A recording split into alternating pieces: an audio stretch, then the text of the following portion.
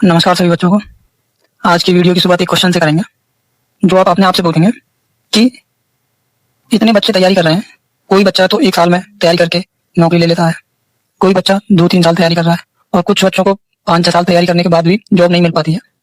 जहाँ आज government exam की तैयारी करने में लाखों से करोड़ों बच्चे लगे हुए हैं, उनमें से आप अपने आसपास या जितनी आपको आइडिया हो कि मेरी जानकारी में ये बच्चे हैं, तो आपने देखा है कि एक बच्चा तो 1-2 साल में जॉब ले लेता है और किसी बच्चे को एंड तक जॉब नहीं ले पाता।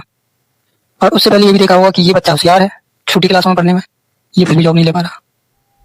तो आप अपने आप से पूछिए कि क्या कारण है, और सोच के कमेंट बॉक्स में बताना मुझे। एक कारण मैं आपको बताने जा रहा हूँ। अगर आप गवर्नमेंट एग्जाम की तैयारी कर रहे हैं, गवर्नमेंट जॉब अगर आपको चाहिए, तो जो मजबूत पॉइंट है एग्जाम में क्वालिफाई करने के मजबूत पॉइंट क्या होते हैं। हमारे एग्जाम अलग अलग सब्जेक्ट में डिवाइड है, जैसे कि कुछ में हिंदी है, कुछ में इंग्लिश है, और 3 सब्जेक्ट सभी में रहते हैं, मैथ, रीजनिंग और जीके। और एक रेलवे ऐसा एग्जाम है जहां ना हिंदी है और ना इंग्लिश, केवल आपको मैथ, रीजनिंग और जीके पढ़नी है। और हम मैथ और रीजनिंग के बारे में सोचें और देखें तो मैथ और रीजनिंग एक दूसरे से जुड़े हुए हैं। जिसका मैथ अच्छा है कहीं ना कहीं रीजनिंग भी अच्छी होगी उसकी, और बचा जीके। तो यहाँ से आप एक चीज देखेंगे कि मैथ रेल के एग्जाम में किसी में भी बहुत ही ज्यादा वैल्यू रखता है एग्जाम क्वालिफाई करने के लिए, अच्छे नंबर लाने के लिए। और मैथ कैसे क्वालिफाई करना है वो मैं आपको बताऊंगा सारा खेल। और मैथ के क्वेश्चन एग्जाम में निकालने के लिए एक सबसे बड़ा रोल है कि आपको भाषा समझ आनी चाहिए, क्वेश्चन की, क्वेश्चन का टाइप समझ आना चाहिए। उसके बाद वो क्वेश्चन आपको पता रहना चाहिए कि क्वेश्चन की टाइप ये है तो इस मेथड से ज्यादा आसान होगा कंपेयर टू अदर मेथड, क्योंकि क्वेश्चन 2-3 मेथड से आराम से हो जाते हैं, लेंथी होते हैं, कुछ शॉर्ट मेथड होते हैं। तो चलिए अब हम एक टाइप डिस्कस करते हैं, फिर आप देखना इसमें हम भाषा को अच्छे से समझने की कोशिश करेंगे। ठीक है, अब मैंने एक क्वेश्चन का टाइप रखा है, उससे पहले मैं आपको जो परसेंटेज वैल्यू है एक बार रिवीजन करवा देता हूँ, और बहुत क्विकली रिवीजन करेंगे हम, जल्दी जल्दी। देखिए मेरे साथ, 1% 100, एक होता है 100%, 1/2 होता है 50%, 1/3 33 सही, 1/3, और इसकी पॉइंट में दशमलव में वैल्यू होती है 33.33। 1/3 का सक्सेसर अगर 2/3 है तो 2/3 को भी हम बहुत जल्दी याद कर सकते हैं, 66 सही 2/3, और दशमलव में 66.66%। 1/4 25, इसका सक्सेसर 3/4 75%, 1/5 20, 2/5 40 हो जाता है, और 3/5 60%, 4/5 80%।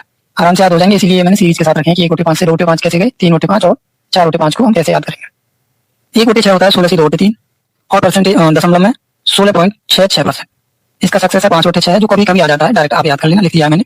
5/6 होता है 83 सही, 1/3%, अगर दशमलव में भी हम इसको निकालेंगे तो 1/3 क्या हो जाता है 33%। ठीक है, अब 1/7 होता है 14 सही, 2/7%, पॉइंट होता है 14.28%। 1/8 होता है 12 सही, 1/2%, और इसका सक्सेसर 3/8 होता है 37.37 सही, 1/2%। काफी इंपोर्टेंट वैल्यू है 3/8, हर बार रिपीट होता रहता है, हर बार लगभग। ठीक, अब 1/9 देखेंगे, 11 सही, 1/9%, और इसकी दशमलव वैल्यू होती है 11.11%। 1/10 10%, 1/11 9 सही, 1/9%। यहाँ से अच्छा एक चीज बता देता हूँ, देखिए 1/9 तो 11 सही, 1/9, ठीक है, 1/11 तो 9 सही, 1/11, दो ही शब्द, दो ही कॉमन बात है, तो इसको बस एक ही पॉइंट नोट कर लीजिए, 1/11 तो 9 सही, 1/11, और ये दशमलव में होता है 9.09%। 1/12 होता है 8 सही, 1/3। देखिए मैंने इनको कोष्टक में इसलिए बंद किया है, इन दोनों वैल्यू में कभी कभी आप कंफ्यूज हो सकते हैं। 1/12 होता है 8 से 1/3%, 1/8 होता है 12 से 1/2%। ठीक है, अब चलते हैं आगे। मैंने 2 फॉर्मूला और लगाए हैं, आयत और वर्ग के। अगर आपको कोई भी लड़ाई लड़नी है तो आपके हथियार मजबूत होने चाहिए, और मैथ रीजनिंग की लड़ाई के लिए फॉर्मूला ही हथियार है, इसलिए आयत और वर्ग के फॉर्मूला मेरे साथ याद करेंगे। आयत का परिमाप होता है, देखिए आयत की जो दो आमने सामने की भुजाएं होती हैं वो बराबर होती हैं। ठीक है, और यहाँ से मैं आपको 2 पॉइंट छोटे छोटे याद कराऊंगा कि परिमाप क्या होता है। परिमाप होता है, परिमाण होता है चारों तरफ, माप माने मापदंड, मापना, नापना, समझ रहे हैं।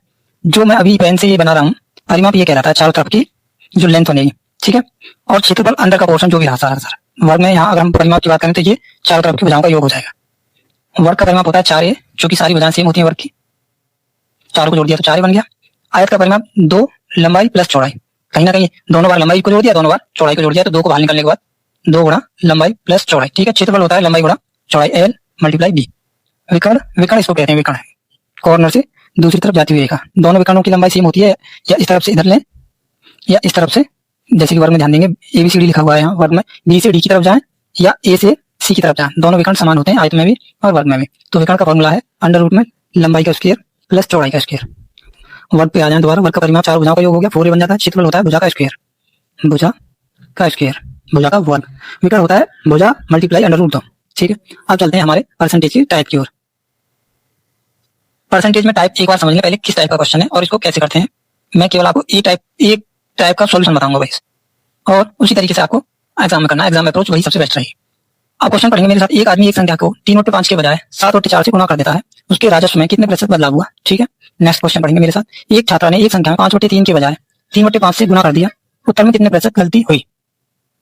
एक छात्र ने किसी संख्या को 4/3 के बजाय 3/4 से गुणा कर दिया है, उत्तर में गलती प्रतिशत ज्ञात करें। सेम टाइप के 3 क्वेश्चन रखे हैं और एक क्वेश्चन में यहाँ से कैलकुलेशन बदलाव जो होगा वो बताऊंगा। अब इन क्वेश्चन को करेंगे कैसे। देखिए क्वेश्चन का सेम फॉर्मेट है, कुछ संख्या से गुणा करने को कहा लेकिन दूसरी संख्या से कर दिया, तो कहीं ना कहीं 2 वैल्यू प्राप्त होंगी। एक इसमें हमें सही वैल्यू प्राप्त होगी और एक गलत वैल्यू। मैंने माना कि संख्या वो n रही होगी जिसमें हमें गुणा या भाग करना है, भाग भी देखने को मिल जाता है कभी इसमें।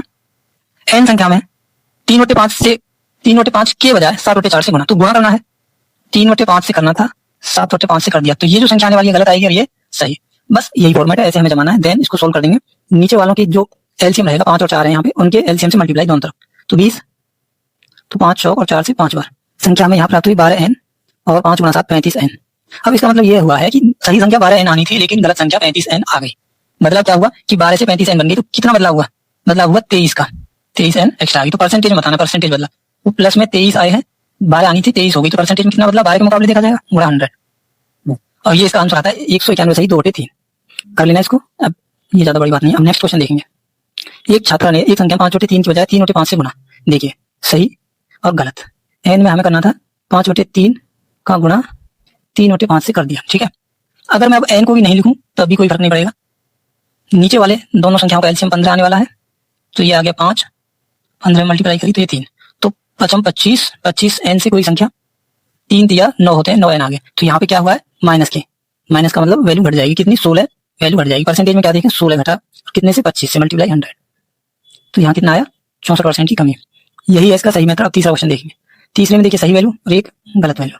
अब यहाँ n भी नहीं लिखेंगे, बिल्कुल 4/3 के बजाय 3/4 से कर दिया, दोनों तरफ 12 का मल्टीप्लाई कर लें। देखिए 3 चौक, तो 16 से कोई संख्या कितनी होगी 9, 9 9 6 नहीं 16 नहीं 9, कितने की कमी आई 9 और 7 होते हैं 16, तो 16 9 और 7 16 होते हैं, 7 की कमी आई कितने पर 16 पर, ये 100 कितने आएगा ये 43 सही 3/4। चलिए लास्ट क्वेश्चन है, चौथा रखा नहीं, कोई काट लेते हैं, 4 से काटते हैं, 4 चौका होते हैं 16 और 4 से 25 बार, तो 25 छिका 150, 25 7 होते हैं 175, नीचे है 4, तो 4 चौक 16, ये हो गए 15 बचे हुए, 4 थी 12 बचे 3/4। ठीक है, हमारा यही आंसर है। देखिए इतनी देर का क्वेश्चन है, ये जो लास्ट क्वेश्चन मैंने बताया इस तरीके से करना है। वीडियो देखने के लिए धन्यवाद। अगर कोई डाउट हो, मेरी बात अगर आपकी समझ में आई है तो क्वेश्चन पूछना अपने आप से, और कोशिश करिए कि सही टाइम पीरियड पे सही समय पे जॉब ले पाए। धन्यवाद वीडियो देखने के लिए।